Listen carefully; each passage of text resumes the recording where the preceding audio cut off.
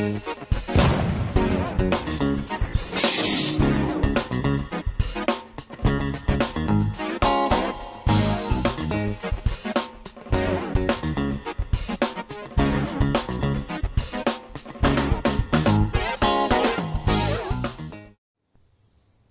lovely people, welcome back to Nat's Knackers Yard. I'm Nat, this is my Knackers Yard. It is reasonably early, so I'm being a little bit quiet.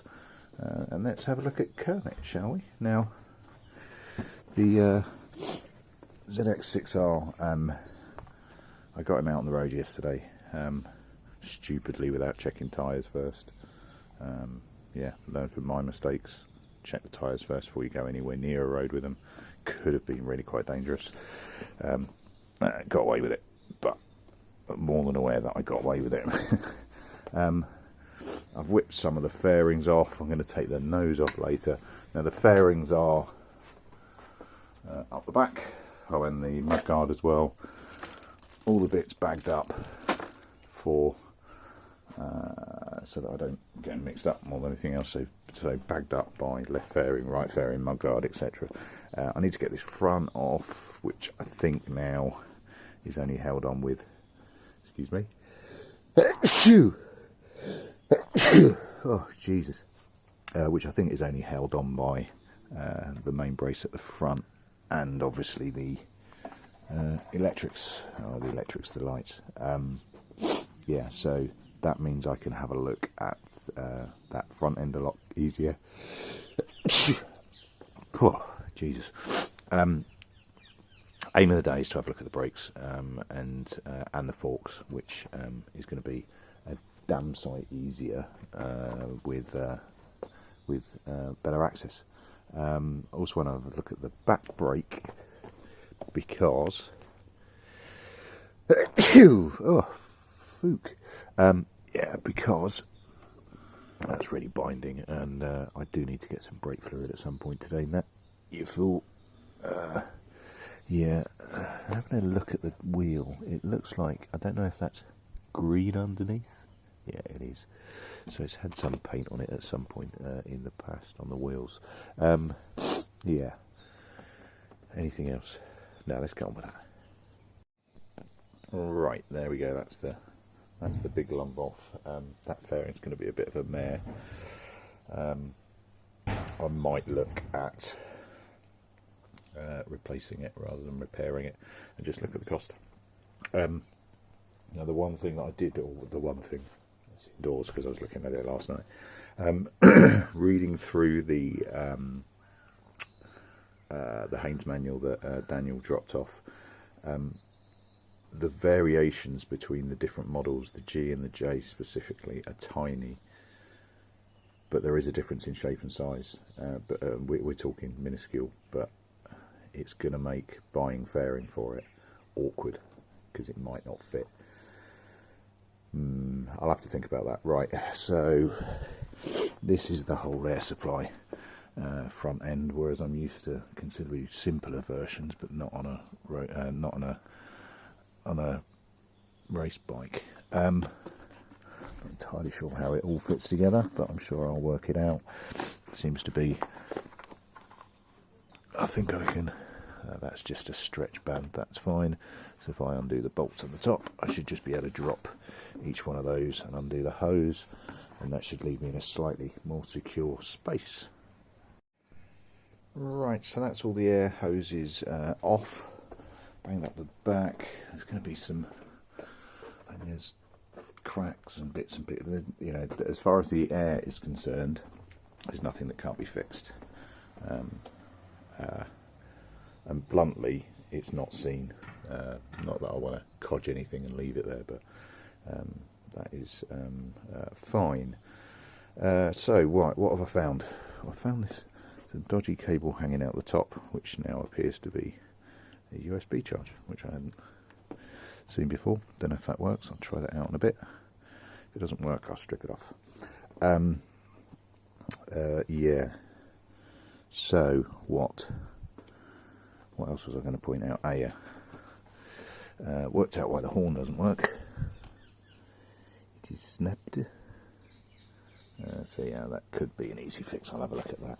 And what's the principal bit that I was looking at though is the forks, which I mean, are in really good condition. The chrome is fine, absolutely fine. Although I think I may have to do fork seals. I think what I'll do, you can see this one looks a little bit cleaner. I gave it a quick dig yesterday while the fairing was still on. So what I'm going to do is clean them both off. In fact, I'll film it. Let me set you up and I'll film what I do, or what I'm doing.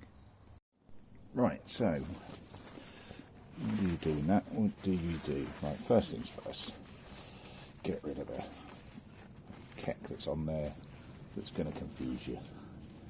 So you need a decent clean. Not perfect, doesn't have to be great, but dirt will just confuse you. Dirt will confuse you. Sound like Confucius. Right, so sharp blade, sorry, a sharp ended flathead screwdriver. Just pry them bad boys up.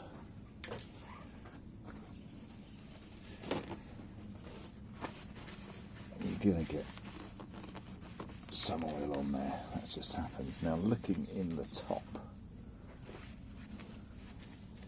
I'm going to try and do it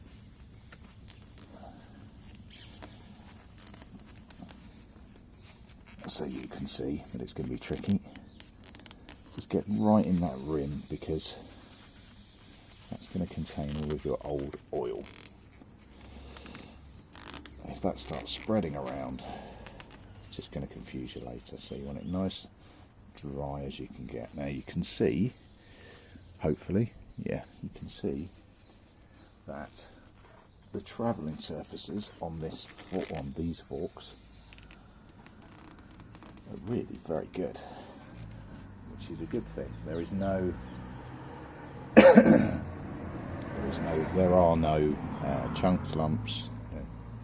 It's nice and smooth. Right, so what next? Now I have a few of these because I tend to make a few at the same time, where I just do like that. Yeah, so they are fork seal tools. Just get a template off the internet and sort it out that way. 2 seconds. Right, and that's me back. Right, so let's try and show you in there a little bit. There we go, not a bad shot. God, my voice is going this morning. What you will probably find, I mean I won't need to on this because I have done these forks, so I've had a play, is, let's see if I can get you looking right in there. Probably easier there. So you've got the bladey tip, and the reason it's got 2 ends, just push down to break that seal, and you can see, you know, that's holding back that oil. So you're going to break that seal slightly to start with. Then on the other end, on the hook end, I'm going to try, this is really difficult to do while holding onto a camera, and that edge that you've just broken, get the tip in. Yeah, there we go, tip in like that, push it down as far as you can get it, and you'll feel it stop as it hits basically the lip inside here, and then scoop the whole thing around. Now I'm going to put you back up here. I'm going to go for that. So it's scooping it round. So you are pulling that seal away from the body of the fork. So you are breaking that seal. Do a circle, get round, and that fork oil is clean. Whether or not it will stay in there is a separate issue. The fork oil is clean, because if it comes out with bits of grit and all that sort of stuff, that's exactly what you want it to do. That's what the purpose of this exercise is. So I'm just going to jam that round.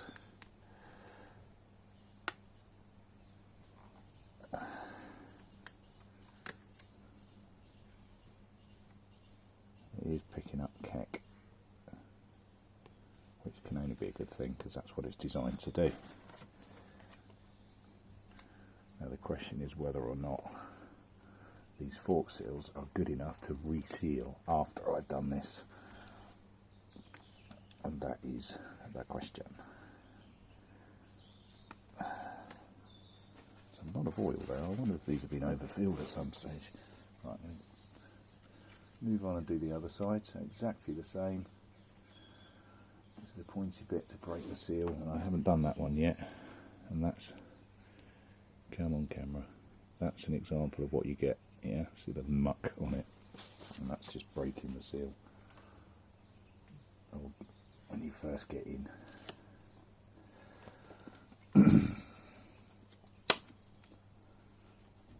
So, keeping the pressure on, dragging it around.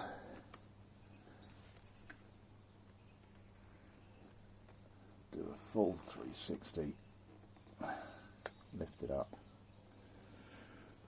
And that's the sort of thing that you get, and that's what you're looking for. It's just those tiny particles, and remember that is a rubber seal on metal with oil behind it, so anything that's under there has the potential of just holding that seal away from the metal and allowing your fork oil to escape upwards, in this case, because these are normal, regular forks, not upside down ones. So, for as long as it's minging, just keep going.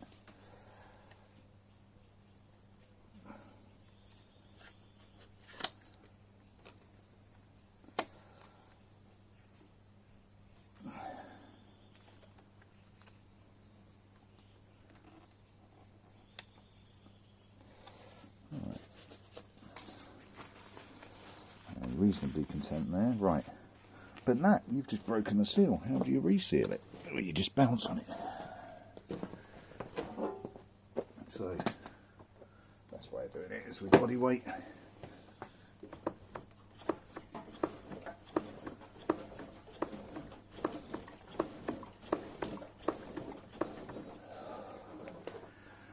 That's a heavy bite, this. Right, and you can see natural tide line there. That's not surprising because you're doing it with a broken seal. The question is whether or not it's reset itself. So, dry it off again. These trailing cables are starting to get annoying.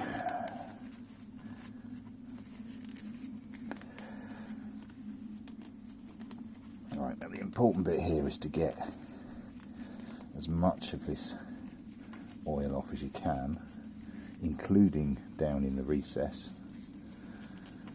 because that is what is being left on the fork. So if you get as much as you can off, it makes it easier to spot whether or not they are actually leaking. Fairly content. I'll go back over that in a second. I really need to get some blue roll. I've run out. It gets, for one, expensive using kitchen roll. For two, it drops me in the poo when the good lady goes to grab some, and I've used it all. Not when the good lady, when I do as well, or when anyone does. So yeah, I need my own stock, otherwise I drop myself in trouble. Right, so that's drier. Let me just go around behind you so I can get a decent look down into them.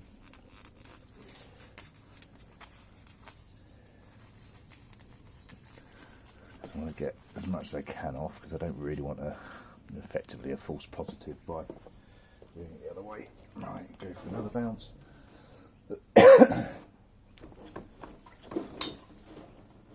Without sliding down my driveway, hopefully. So yeah, grab a big handful of front brake.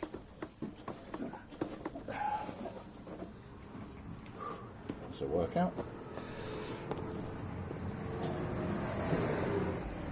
Alright, I've still got a line at the top there.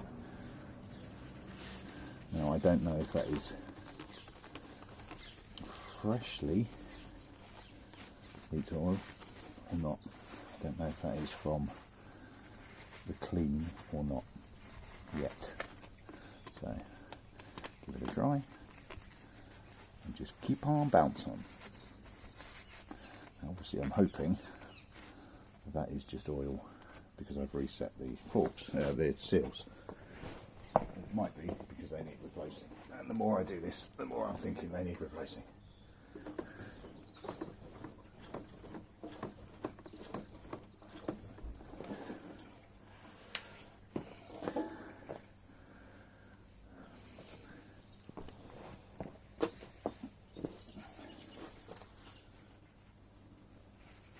See, that line is getting lighter on the left, which I think is fine, and the right one needs replacing, I think. Let's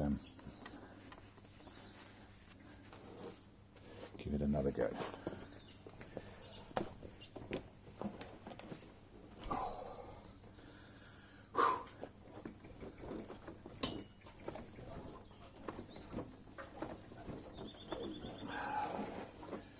Notice my bounces are getting less enthusiastic as I get more and more tired. Yeah, so if you look at left is fine, there's a tiny line, but frankly that's what that seal should be doing, is brushing up and brushing down, but taking the oil with it. Now that is, you know, that one is fine. This one, I'm still getting that tide line. So I think this one needs replacing, this one doesn't. There is absolutely no point in replacing one fork seal and not replacing the other. So I think I'm going to have to order some fork seals. I think. Let me give one more bounce, which I will consider my confirmatory.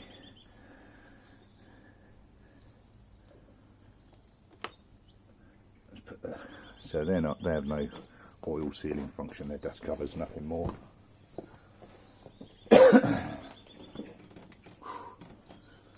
Big handful of brake.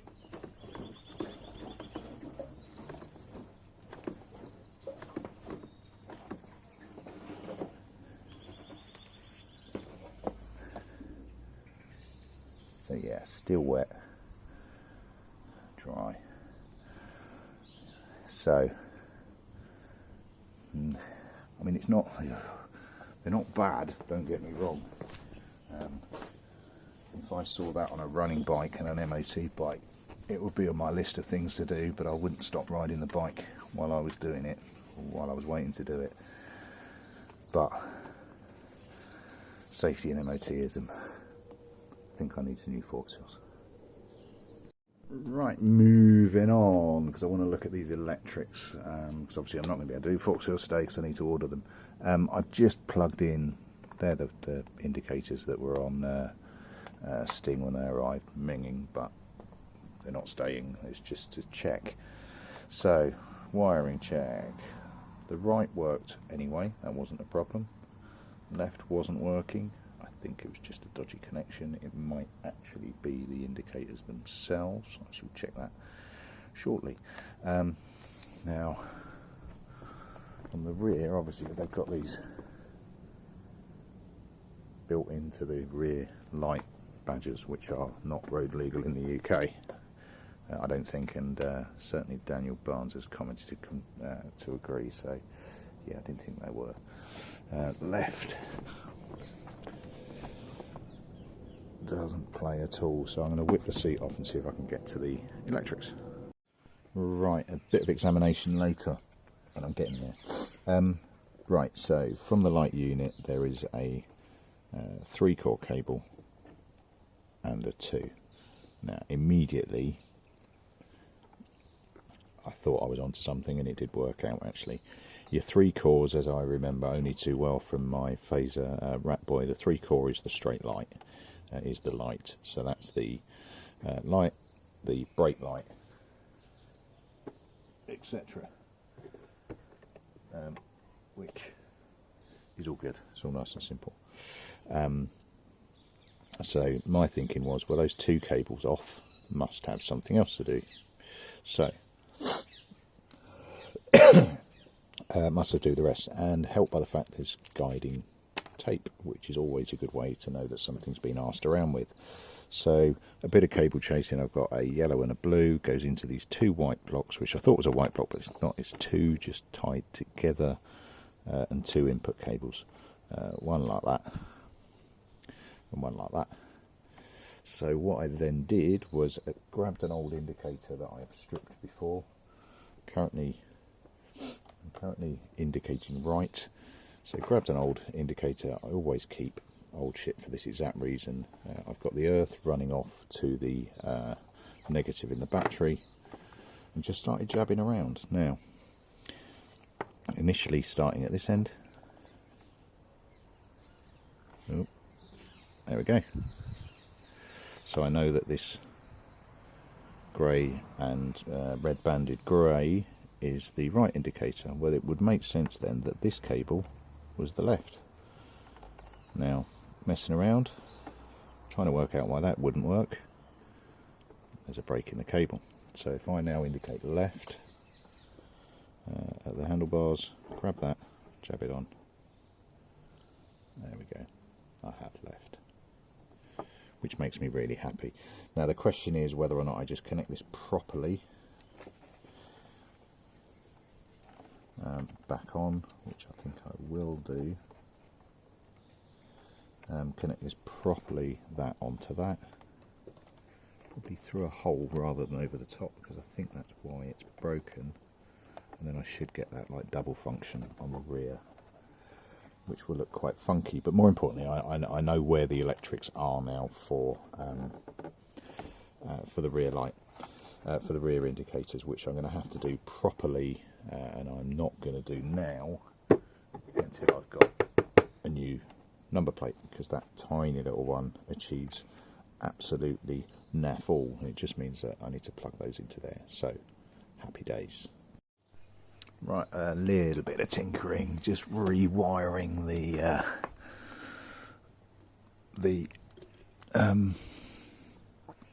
horn. That's the word I was looking for.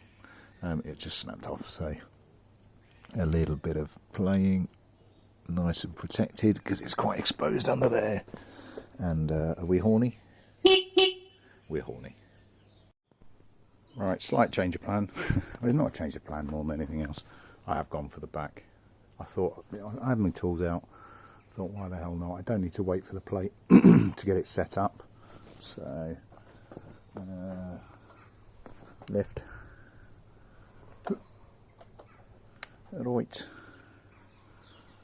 I was going to use the ones that Dan gave me, but they're just they're too bulky around that end, so I've just gone for some old ones that I'm kicking around that I think actually suit it quite nicely inside wise. So it's just pull up all the cables through, and I've just gone bypass that whole flashing unit for the back. I think I'll leave it in case anybody wants to undo my work at any stage, but I think that's just going to look better. If I've got a plate, not a spare, got the original, I suppose. You can barely call that a plate. Yeah, that works nicely. Right, I think that'll do me. I'm going to whip the brakes off so I can check out the pads. There's no point in me filming doing that. That's a bit on the dull side. And what more do I need to do? Probably order pads. I think at least on the left it's quite contaminated. I need to grab some fork seals, and I'll order those as well. Yeah, a bit of a damn squib after yesterday's excitement. What I also want to do is warm up the engine and drop that coolant, because remember it's got fuel in it. So I'll do that as well, but I'll do it off camera. But yeah, nice, simple, gentle one today. Lots of excitement yesterday. Tried to kill myself by not checking tyres before going for a test ride. Don't ever do that, people. Particularly stupid, even for me. And the fairing is off. Getting there, people. Cheers all. Catch you later.